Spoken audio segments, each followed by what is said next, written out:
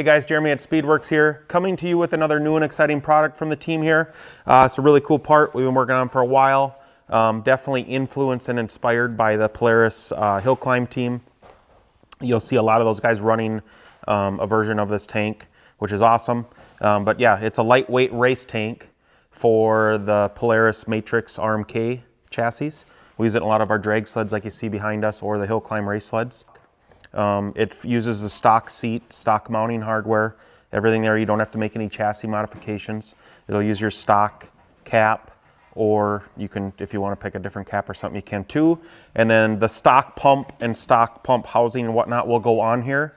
Or if you want to buy the Snowcross, EFI Snowcross 600R fuel pump assembly, that will drop right in. The fuel sock and everything will sit on the bottom. Otherwise, you just modify your existing one. You got to modify the lines and stuff to get that fuel sock to sit in the bottom.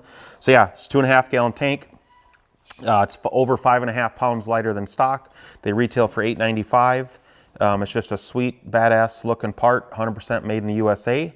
And check it out on the website. If you guys got any questions, let us know.